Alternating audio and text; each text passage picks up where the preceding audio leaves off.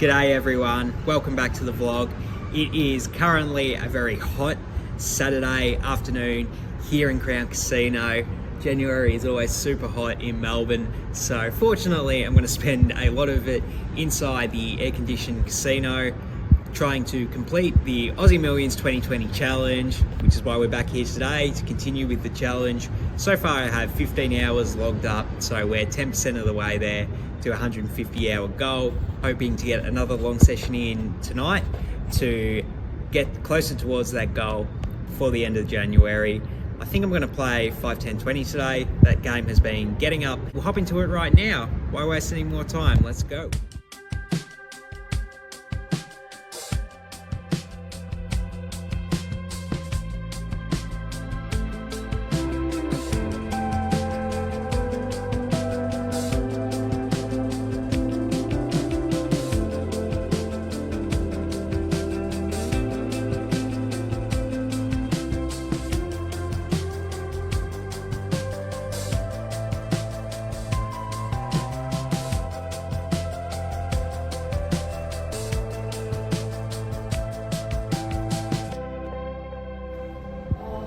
Alright, so it is about 1 AM here on a Sunday morning at Crown Casino. We are wrapping up another session of the Aussie Millions 2020 challenge.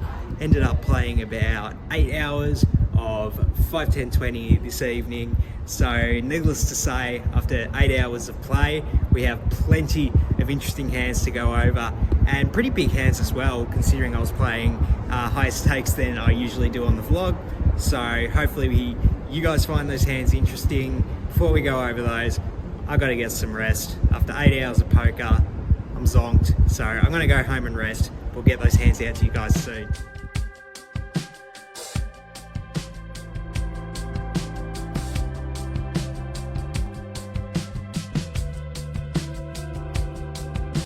Hey everyone, welcome back to my humble abode. We have plenty of hands to go over from the 5, 10, 20 session, so I do not have time to waste. Let's get straight into them. There is a limp from a low jack player who I do not recognise. Then I'm in the hijack with pocket jacks. Obviously going to raise it up. I go ahead and make it 100. Obviously don't want to raise a bit bigger, being that the limper is very likely to limp call. And obviously pocket jacks is the hand I'm going to want to do that with. I go ahead and make it 100, and then the limper calls. So we do go heads up to a flop, and it is 5, 4, 3, all spades. And we do have the jack of spades, which is definitely important in this hand. The low jack goes ahead and checks it to me. I think this is a great spot for me to bet for value. If my opponent does have a higher spade than a jack, they're very likely to call. Plus, if they did limp call with a hand like pocket sixes, pocket eights, something like that, they're very likely to pay off on this street, but they might be scared off on some turns. So I go ahead and bet 120, and then they call, and we go and see a turn, which is the queen of spades. So we do make a flush, but obviously there's a bunch of other flushes that we do lose to. So when the low jack checks it to me, I think this is a good spot to just check back.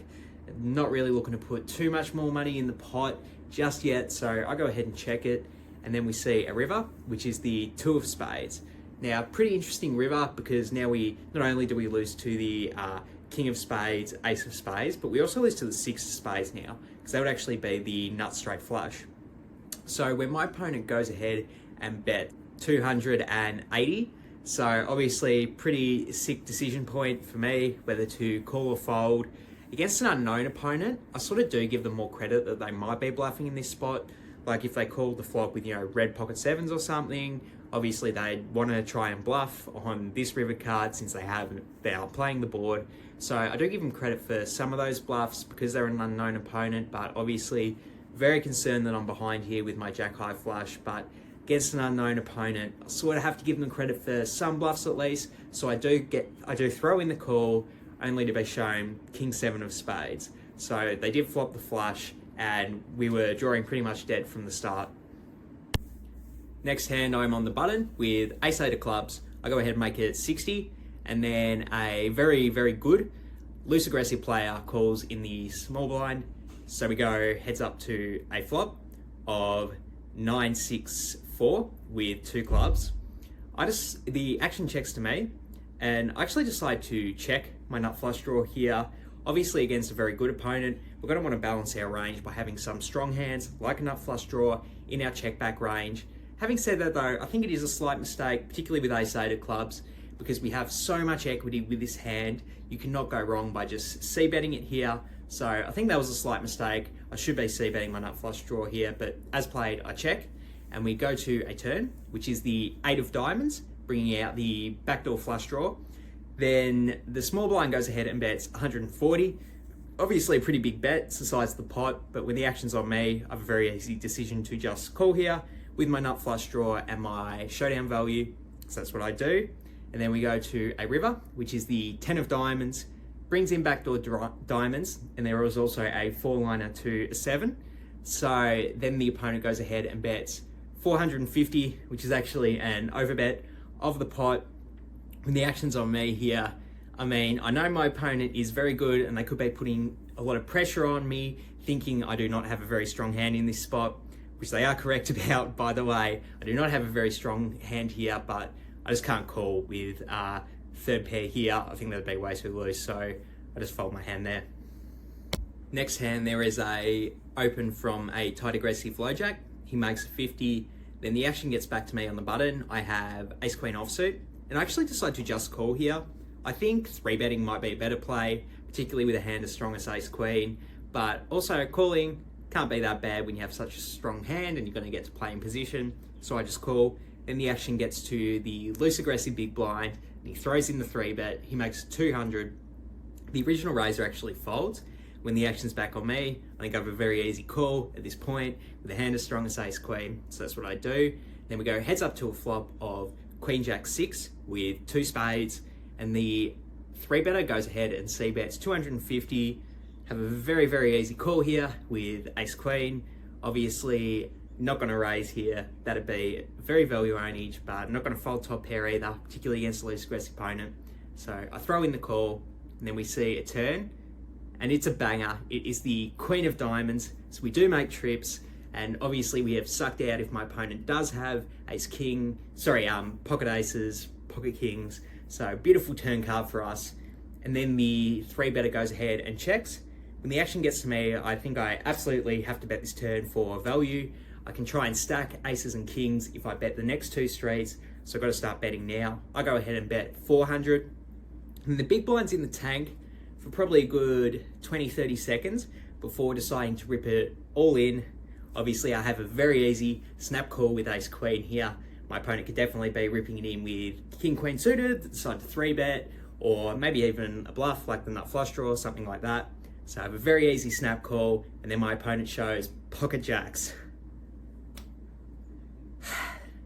So obviously a pretty sick cooler there in what ends up being a 4K pot, and the river's an offsuit 4, so no help there, and we get cooled in a pretty massive pot.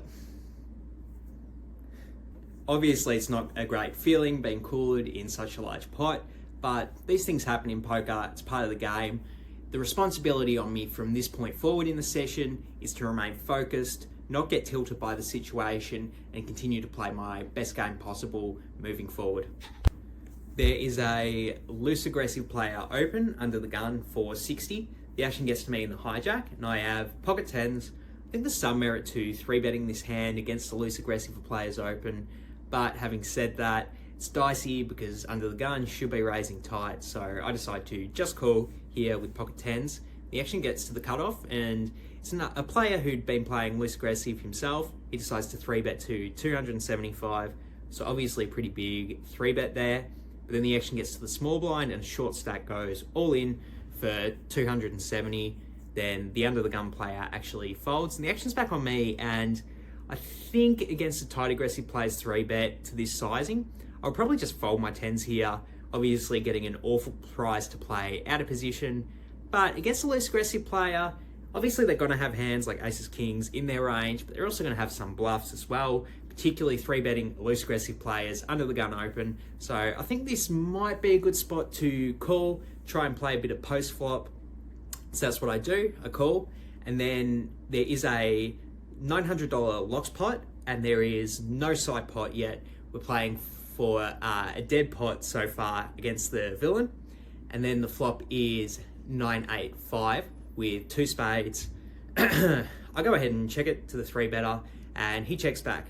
So that's good news for me. Obviously, the turn is the 6 of clubs, bringing a backdoor flush draw. The action's on me, and I actually think this is a really good spot to bet my 10s for value. I think if my opponent did have a stronger overpair, they might have checked to trap. It's somewhat possible, but I think they're going to bet those most of the time, particularly when the flop's so wet. So I want to bet for value here in case my opponent does have a flush draw. So that's what I do. I go ahead and make it 300, and then they call. So we go to a river, and the river is the 2 of hearts. So obviously a pretty big brick. I go ahead and check the action to my opponent. I think betting for value to try and get called by ace high, probably a bit too thin here. I think my hand would be pretty face up. So I'm just gonna go ahead and check and hopefully induce a bluff or just see what happens if they do bet. If they do decide to check it back, I table my hand straight away and then both the other players mark.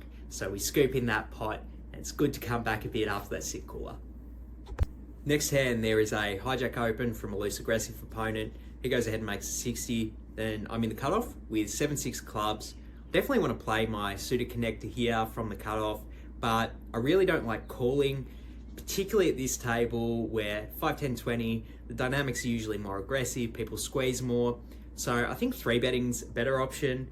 Not only am I going to gain position on the loose aggressive player who opened, but I might actually get some folds sometimes if they are opening too wide. So I go ahead and make it 200. And then a small blind player who usually plays pretty solid, but I think they were pretty tilted after losing a big hand a few minutes earlier. They actually decide to cold call my 3-bet. Then the action gets back to the original raiser and he decides to call. So we go 3 ways to a flop of ace-6 for rainbow. The action checks to me and I just decide to check my middle pair, try and take a free turn. And I'm very happy I did because the turn is the 6 of diamonds, putting out backdoor diamonds. So obviously we make trips. It's pretty disguised trips as well. So the action checks to me again. Obviously I'm going to want to go ahead and bet for value here. I go ahead and bet 250, then the small blind calls and the hijack folds. So heads up with the small blind to a river of the queen of clubs. They go ahead and check it to me. My opponent only has 350 behind and the pot's 1,100. So obviously, pretty easy decision to just rip it all in here, which is what I do. Then the small blind's in the tank for probably like 15 seconds. He starts mumbling to himself before calling. I show my trips and then he mucks his hand. So obviously things have started to turn around since that sit cooler. Next hand, I'm on the button with queen 10 of diamonds, open it up to 60, then a tight aggressive straddle calls. Heads up to a flop of 10-8-3 with 2 hearts. The straddle checks it over to me, and I think it's a good spot to bet my top pair for value here. I make it 100, and then the straddle calls. So we go to a turn. The turn is the king of clubs. The straddle checks it over to me again. I think it's a pretty interesting spot whether to bet my second pair for value here or not. I decide to check it. I'm just a bit cautious that if my opponent did call with like a stronger 10 than me, I lose to that.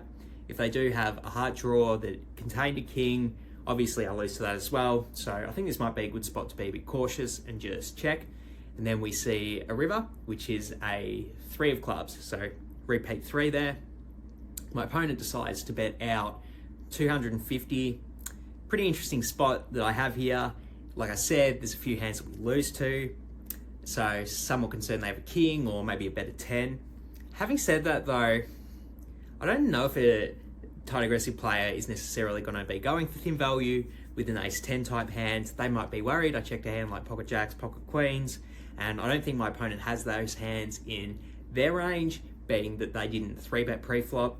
So I don't think that they have those thin value hands. They're sort of more likely to have a king, or maybe they made trips on the river, also somewhat possible. But other than that, we beat miss hearts. There's also some like ace high floats that we beat as well. So I go ahead and throw in the call and my opponent shows queen jack offsuit. So obviously very happy to make the call there with middle pair on the river. And things have definitely turned around in the session. So those were the most interesting hands we played for the session. Ended up buying in for 4,000 and cashing out for 3,416. So booking a loss on the session. Obviously there were a few swings along the way, but we end up having what would be a pretty big loss at a 2-5 session, but for the 5-10-20 game, losing 500 isn't actually that much to lose. So in terms of the Aussie Millions 2020 challenge, where I'm trying to play 150 hours of cash game poker during January, I got 8 hours in at the 2-5-10 game, bringing my total hours up to 23, but we have had another session in between then. I played 2-5 for 17 hours last night, bringing me up to 30 hours total for the challenge. But now on to my favorite part of the vlog, the gameplay grade. And for this session, I'm going to give myself an A.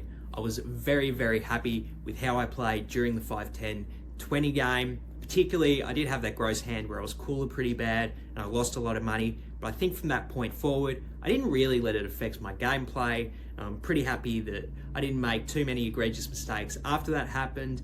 So tilt didn't affect me, even though the situation was kind of tilting, being cooler in such a big pot. So I'm very happy that I stayed focused and I played my best.